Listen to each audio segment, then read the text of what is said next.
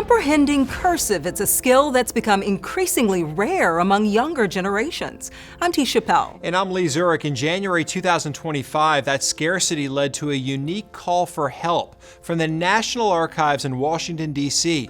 On social media, the agency asked members of the public if reading cursive is your superpower because it needs volunteers to help transcribe historical documents. That's just one example of the disconnect now causing new controversy over what some consider an old-fashioned form of handwriting. It raises the question for many families, should cursive still be required learning for students, or is it an outdated relic of the past? Reporter Heather Graff brings you both sides of the debate playing out in schools and state legislatures across the country.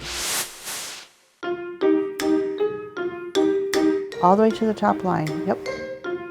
In some schools, like Greenbrier East Elementary in Fairfax, Virginia, That's excellent. teaching cursive to kids is the norm. It's different because there's like more steps to it. Cursive, there's like squiggles, there's like curves, not just like straight lines like print does. So it's a bit harder. Feel free to get a different pencil that's sharper.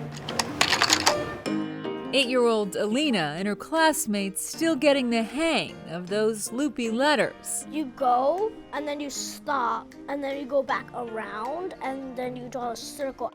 And though they don't spend a huge amount of time on cursive within the larger curriculum, It's only about 10 minutes a week. Greenbrier's reading specialist believes it's important. As we think of them getting older, things that they're going to need cursive for, their signature, writing a check, signing important documents, anything like that. Also, there's benefits that have shown the letter formation and kind of the flow of it can help with their spelling patterns. Plus, in Virginia, cursive is a required skill under the state's standards of learning. Keep going. But that's not the case everywhere. Experts say there was a noticeable decline starting around 2010. That's when most states adopted the Common Core standards that put more emphasis on keyboarding and did not explicitly mention cursive. The districts started dropping off the mandate to teach cursive. And so by 2013, we saw that there was an issue with the kids not learning it. And were you disappointed by that? Yeah, it's concerning.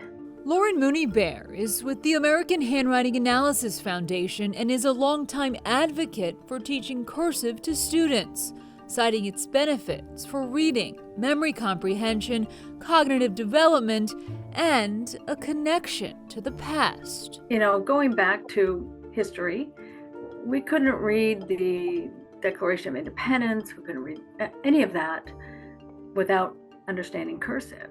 Yet the issue, unlike cursive itself, is far from black and white. Frankly, it won't help them in the modern world. When was the last time you were actively having to write something out in cursive? Carter Taylor is a third-grade teacher in Kansas City, Missouri, where cursive is not currently required.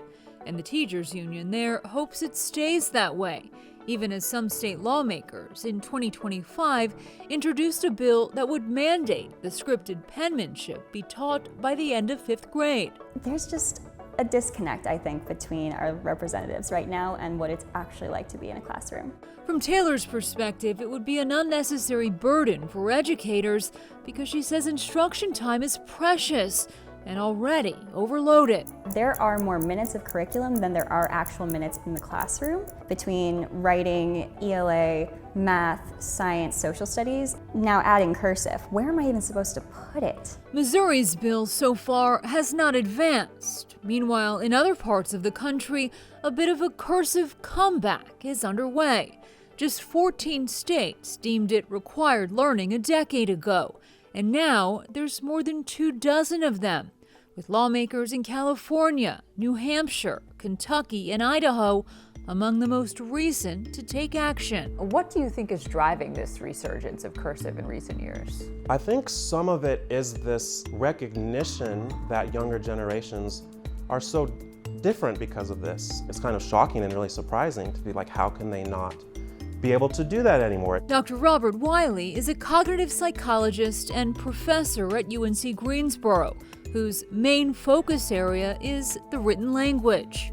In one study, his team found handwriting helped people learn better and faster when compared to separate groups trying to learn that same material through typing or watching videos. These benefits of handwriting, it's such a natural way to engage yourself in what you are learning. So you end up learning it a little bit quickly, you might memorize it a little more strongly, more brain regions are engaged. Is there any distinction, though, between print handwriting and cursive handwriting? That's a really good question. So in terms of this engagement of the handwriting, we don't see any obvious differences between the two. In other words, the research shows writing in print carries the same learning benefits as writing in cursive.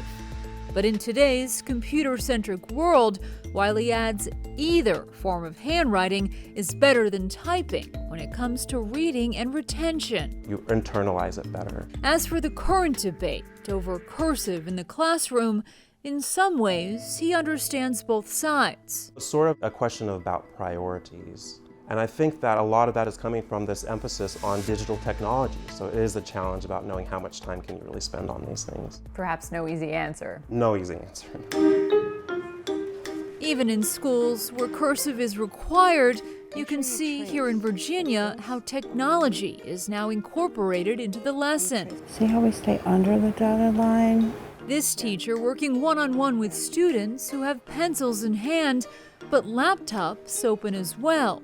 Did you watch the video? A modern twist And then there's a pencil.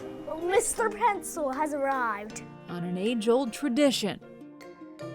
Now, there's also been some research and questions about whether learning cursive can specifically be helpful among kids with dyslexia.